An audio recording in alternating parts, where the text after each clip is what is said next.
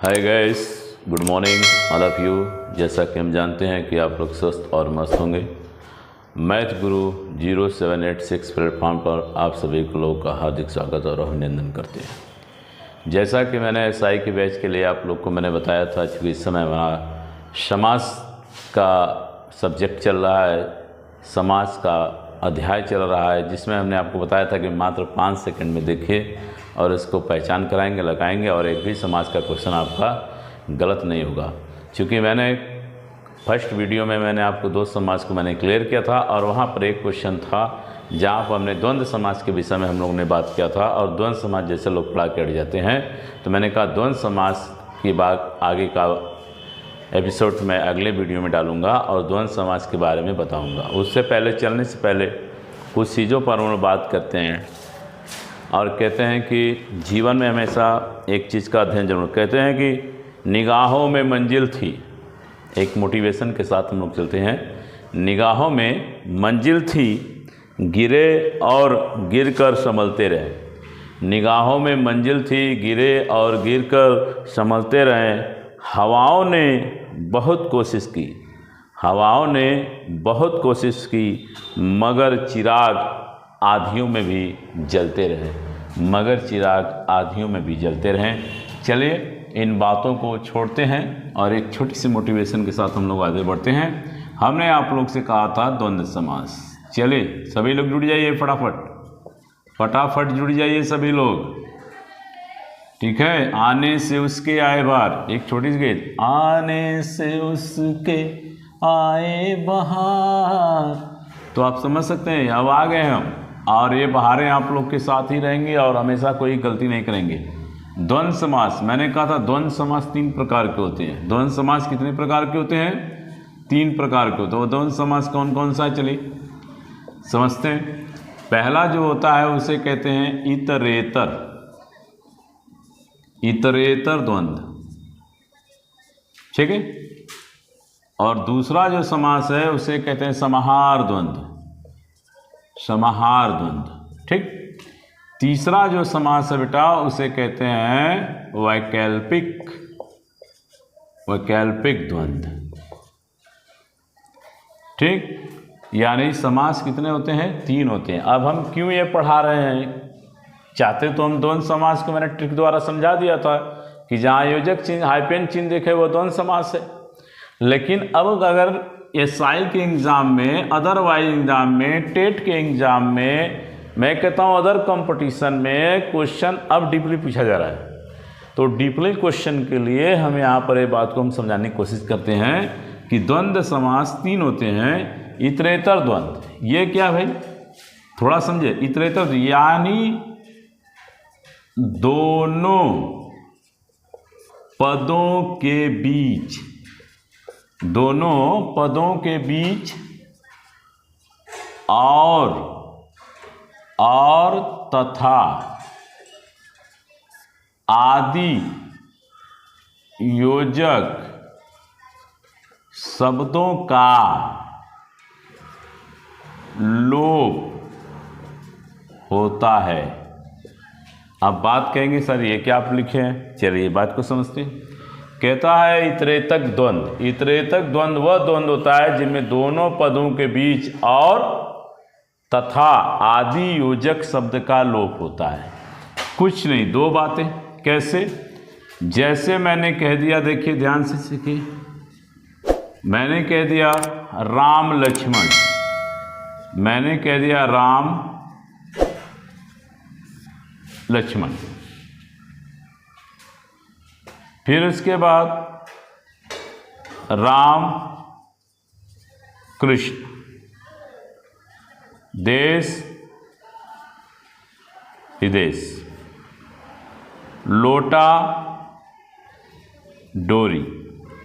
यहां देख रहे हैं राम और शब्द देखिए जोड़ दीजिए, राम और लक्ष्मण, राम और कृष्ण, देश और विदेश, लोटा और डोरी।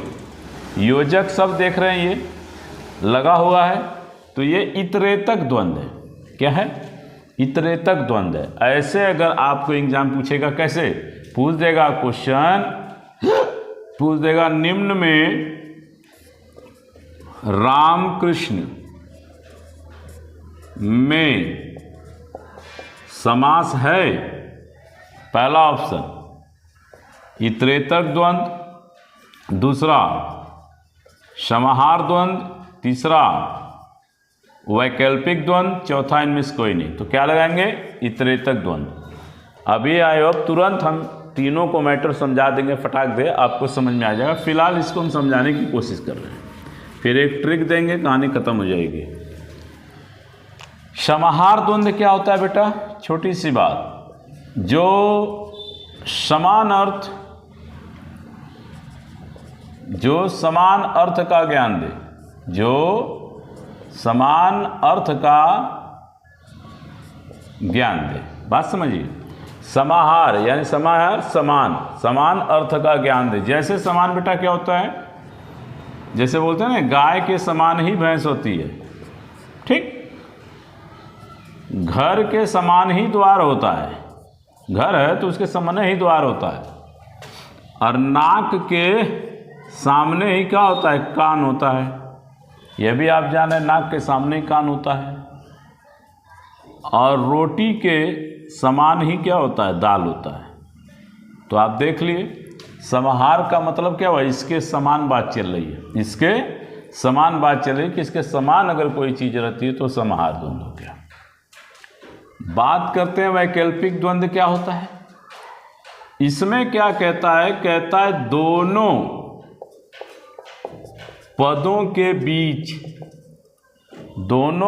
के बीच या और हाइपेंस और विकल्प क्या होता है? विकल्प सूचक शब्दों का लोप होता है। विकल्प सूचक शब्दों का लोप होता है। अब सर ये क्या है? बहुत एक छोटी सी ट्रिक, इतना तो मैंने आपको समझाया। दोनों पदों के बीच या योजक, जहां पर या शब्द दिख जाए या ये चिन्ह दिख जाए, वो विकल्प सूचक शब्द हो जाते। कैसे? आइए, एक शब्द में मैं आपको वैकल्पिक द्वंद्व पकड़वा दूंगा, ये मेरी गारंटी है।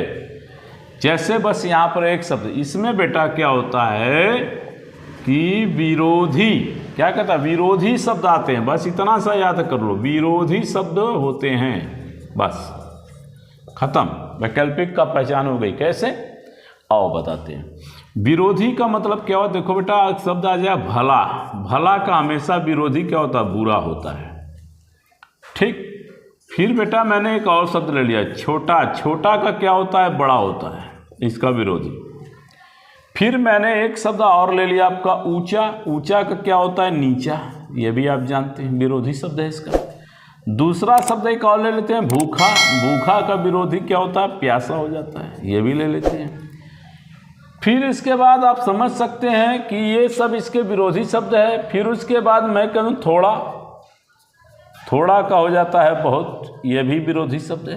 तो आई होप, हम आशा करते हैं कि आप लोगों को ये तीनों समास, द्वंद्व समास की तीन परिभाषा आपको समान आ गई, पता हो गया। यानी इतरेतर द्वंद्व, जिसमें दोनों पदों के बीच और शब्द लग जाता है, इसमें कोई परिवर्तन नहीं। समाहार शब्द जो समान अर्थ दे, वैकल्पिक जो विरोधी शब्द दे। अब क्वेश्चन कैसे पूछता है? अब क्वेश्चन पर हम कमांड बनाएंगे कि क्वेश्चन पूछता कैसे है, क्वेश्चन आता कैसे है। ये देखिए, एग्जामिनर पूछेगा कैसे। कह रहा है निम्न में भला बुरा, अंडरलाइन कर देगा या चिन्ह ऐसे लाइन रेखांकित चिन्ह, भला बुरा समास है या समास होता है? तो ऑप्शन हो गया इतरेतर द्वंद्व, दूसरा समाहार द्वंद्व, तीसरा वैकल्पिक द्वंद्व, चौथा सिर्फ द्वंद्व। बात समझिए, फंसा दिया। अब ये बड़ा क्वेश्चन हो गया आयोग के लिए। तो आप क्या करेंगे? आप पढ़ चुके हैं कि जीएस सर ने बताया था कि वैकल्पिक द्वंद्व वो द्वंद्व होता है जो विरोधी बात करे। हमेशा उसके विरोध में बात करे, यानी शब्द है भला तो उसका विरोध है कि बुरा, भला करोगे तो उसका बुरा होगा, ये विरोधी शब्द हो गया। ठीक, जैसे मैंने कहा दया, दया कोई कहते हैं याद, विरोधी शब्द हो गया। ठीक, तो ये शब्द क्या है, ऊंचा का नीचा, ये विरोधी शब्द हो गया। तो ये क्या है, वैकल्पिक द्वंद्व है, ऐसे टिक लगा के आप हट जाएंगे। ठीक, दूसरा क्वेश्चन आ गया नाक कान, नाक और कान लिख दिया। नाक कान कौन सा समास है, तो नाक और कान यानी कह रहे हैं, जीएस सर ने बताया था जो समान हो, जो समान हो, यानी नाक के सामने ही कान है, यानी कहने का अंतर समाहार द्वंद्व हो जाएगा अगर ये प्रश्न पूछा। फिर प्रश्न आपसे पूछा राम, राम और कृष्ण, राम और कृष्ण, यहाँ क्या योजक शब्द का सीधा सीधा लोप होता है, इसमें कोई कंफ्यूजन नहीं है, तो बताएंगे त्रितक द्वंद्व। आई होप, हम आशा करते हैं कि आप लोग को द्वंद्व समास का ये छोटा सा मैटर था जो वो हमने समझाने में हम सफल रहे। आप लोग मेरे चैनल को सब्सक्राइब करें और अपने दोस्तों के साथ बहुत तेज़ी के साथ शेयर करें। तब तक के लिए जय हिंद, जय भारत।